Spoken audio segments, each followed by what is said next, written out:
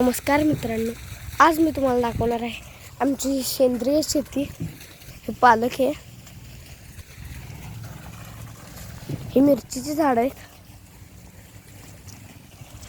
हे शेवगाचं झाड आहे, हे झेंडूचं झाड आहे, ही वांग्याची झाड आहेत, हा मका आहे। हे बघा, याला वांगी लागायला सुरुवात झाली आहे, बोर चालू आहे। हे शेवगाचं झाड आहे, हे बघा, हे पपईचं झाड आहे, हे बघा, हे टोमॅटोची वेल आहे, हे मिरचीचे झाड आहेत, हे आंबाड्याचं झाड आहे, ते केळ्याचं झाड आहे, हे बघा, ही भेंडीचे झाड आहेत,